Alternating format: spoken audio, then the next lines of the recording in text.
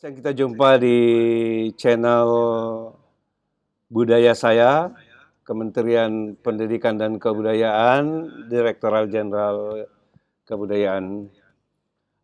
Kita masuk kepada episode tentang workflow visual effect. Sekarang sudah hadir di studio Saudara Jati Waskito. Selamat siang, Mas Kito. Selamat siang, Pak Gun. Oke, juga hadir Kang Yayat.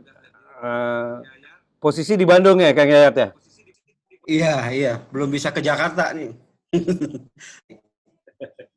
Oke. PSBB. Oke.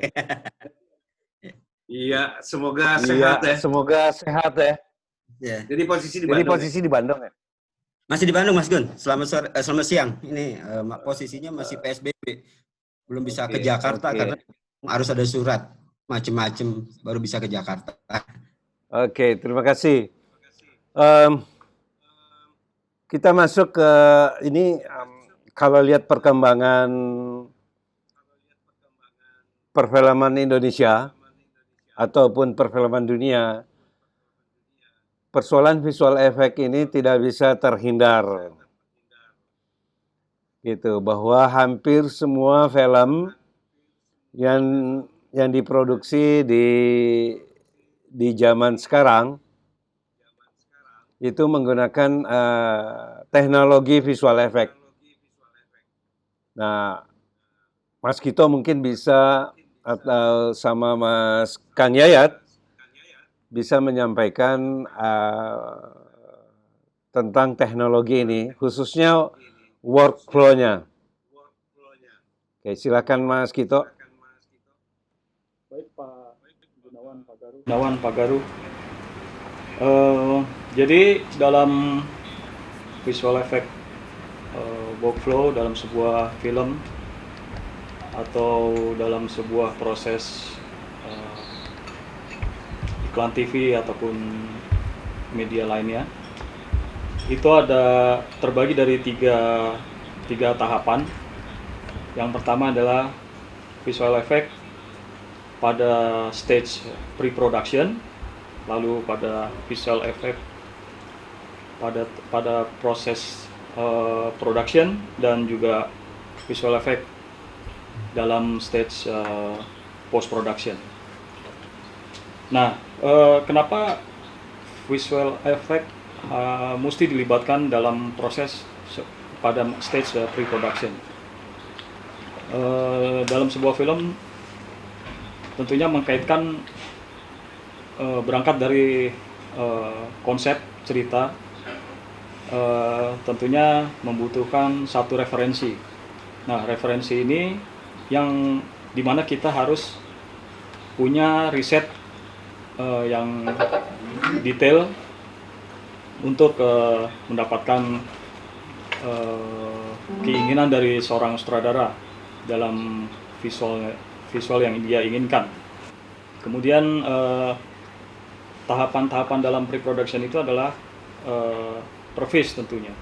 Jadi pada saat pelaksanaan pre-visual itu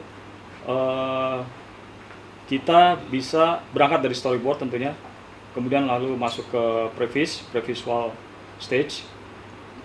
Dalam pre-visual ini seorang pre-vis artist menggambarkan sebuah adegan, baik itu secara framing, kemudian juga efek-efek elemennya yang harus dilibatkan. Kemudian pada tahap efek production itu akan melibatkan proses, yaitu pengambilan referensi gambar, bisa berupa dari proses pengambilan gambar secara fotografi ataupun video, ataupun juga kita bisa melakukan dengan conceptual art. Kemudian dari conceptual art itu sendiri itu bisa dikembangkan ke modeling. Nah, pada tahap production juga ada yang namanya, misalnya kita membutuhkan suatu lokasi atau area tertentu, kita membutuhkan proses yang namanya yang menggunakan dengan lidar scan, atau juga dengan shooting pada saat production, yaitu shooting.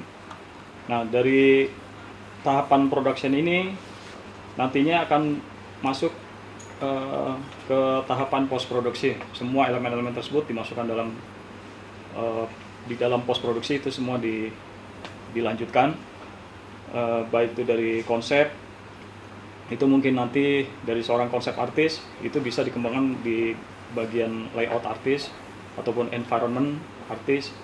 Kemudian pada saat modeling itu bisa masuk ke proses selanjutnya, itu adalah ada rigging, kemudian juga bisa juga ke bagian layout. Kemudian juga dalam modeling itu juga nanti akan masuk ke tahapan bagian look development atau tekstur. Kemudian juga jika dari shooting plate atau dari lidar scan itu bisa dikembangkan untuk digital matte painting istilahnya, untuk pengembangan dari environment. Kemudian jika sebuah shooting plate itu nanti ada tracking, maka kita akan melakukan proses tracking atau istilahnya match moving di departemen match moving. Kemudian juga misalnya ada shoot green screen atau blue screen, tentunya akan ada proses yang namanya rotoskopi, kemudian juga ada retouching. Kemudian dari situ, dari tahapan pengembangan selanjutnya, begitu sudah jadi layout yang diinginkan, itu akan masuk ke animasi dan efek. Kemudian dalam animasi itu banyak stage juga, ada lighting, ada rendering. Kemudian juga dari situ, setelah dari final render dari 3D dari animasi, itu baru akan dilakukan tahap akhir, yaitu compositing. Kenapa perlu adanya sebuah terutama di visual effect pada pre-production, kenapa harus ada tahapan previs? Karena dengan adanya previs ini, di situ kita akan dapat secara framing apa yang kita butuhkan. Misalnya di situ, di dalam adegan tersebut misalnya ada sebuah monster atau ada ledakan atau adegan kejar-kejaran itu. Jadi pada saat previs, si director juga seorang DP dan juga seorang effect supervisor itu bersama-sama berkolaborasi bagaimana menciptakan suatu visual yang diinginkan. Jadi previs ini semacam media diskusi secara kreatif tentunya. Jadi dari situ nanti akan timbul perencanaan yang matang pada saat tahap selanjutnya, itu produksi. Seperti itu kurang lebih. Nah, setelah tahap akhir compositing, nah di compositing tersebut itu semua elemen-elemen masuk, baik itu digital matte painting, yaitu sebuah environment, kemudian juga elemen-elemen 3D ataupun aset-aset lainnya. Kurang lebih seperti itu, Pak Gun, untuk workflow-nya. Makasih Mas Kito. Ini sebetulnya ada beberapa hal yang menjadi pertanyaan di teman-teman, bahwa sebetulnya untuk awal pekerjaan visual effect ini, itu sebetulnya yang bertanggung jawab itu siapa gitu. Apakah ini memang perlu supervisor, artinya supervisor yang bertanggung jawab untuk melakukan satu mix antara pekerjaan di lapangan maupun di studio gitu. Mungkin Mas Kito bisa memberikan sedikit penjelasan tentang hal ini, artinya apakah pemahaman tentang workflow ini juga harus dipahami oleh pihak-pihak yang bertanggung jawab di lapangan atau seperti apa gitu. Oke, baik Pak Gun. Jadi dalam pelaksanaan sebuah film yang membutuhkan sebuah visual effect, adegan visual effect, tentunya harus ada orang yang bertanggung jawab, yaitu seorang visual effects supervisor. Karena visual effects supervisor ini dia harus paham betul tentang sebuah adegan, berangkat dari previs yang sudah disepakati bersama. Jadi katakanlah jika itu ada adegan yang sulit dikejar untuk diciptakan pada saat onset, maka seorang effects supervisor akan memberikan ide-ide yang bisa membantu dalam proses penciptaan visual yang diinginkan bersama. Nah, contohnya adalah pada pelaksanaan misalnya ada tracking di dalam studio, terus bagaimana menciptakan seorang effects supervisor ini adalah dia punya tugas pada saat onset di lapangan. Contohnya misalnya ada saat di lapangan, di outdoor, maka dia harus membawa beberapa tools, yaitu contohnya untuk kepentingan 3D, dari sisi 3D, maka dia harus bawa gray ball, jadi semacam gray ball. Kemudian juga untuk kebutuhan HDRI, image. Nah mungkin tapi untuk saat ini sudah ada kamera yang 360, itu juga seperti dari Ricoh Theta, itu juga bisa digunakan sebagai HDRI image. Kemudian juga jika adegan sesuatu yang membutuhkan misalnya untuk membangun sebuah kota, maka dia harus membutuhkan LiDAR scan. Nanti LiDAR scan ini akan mengcapture bagian-bagian sisi kota yang nantinya akan di-build up atau di-recreate sebagai digital matte painting.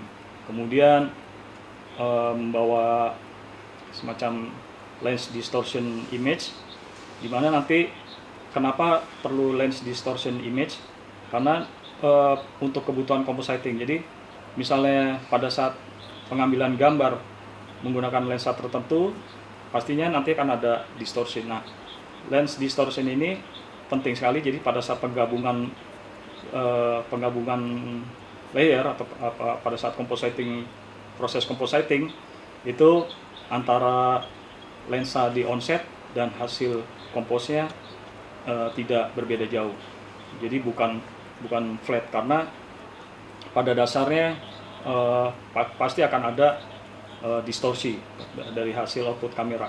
Nah nanti pada saat compositing itu nanti di undistort, dibikin flat. Nanti pada begitu udah final output, pada hasil akhir output compositingnya itu di distortion balik. Nah kemudian seorang effects supervisor juga dia bertanggung jawab untuk menciptakan sebuah pipeline. Jadi katakanlah pada kasus tertentu, film-film tertentu, dia harus menciptakan pipeline untuk menciptakan sebuah hasil yang diinginkan sang sutradara. Jadi misalnya ada monster ataupun adegan perang, itu dia harus mengerti tentang software. Jadi pipeline ini sangat berguna dalam sebuah workflow untuk menciptakan sebuah visual effect. Jadi katakanlah, oh ini ada adegan perang, oh ini butuh crowd, dia akan membutuhkan sebuah software tertentu seperti GoLine, crowd itu juga untuk khusus spesial untuk crowd. Kemudian untuk ledakan itu bisa menggunakan footage, ataupun jika itu ledakan tertentu maka dia harus menggunakan software lain seperti Houdini ataupun Maya Fluid. Nah, kemudian juga hasil akhirnya juga sesuai dengan apa yang diinginkan oleh sutradara. Kemudian juga masalah effects supervisor juga harus tahu tentang color space. Jadi untuk color space apa yang harus digunakan pada saat compositing. Jadi karena color space itu memiliki berbagai varian color space. Tapi pada umumnya saat ini yang dipakai adalah Rec 709.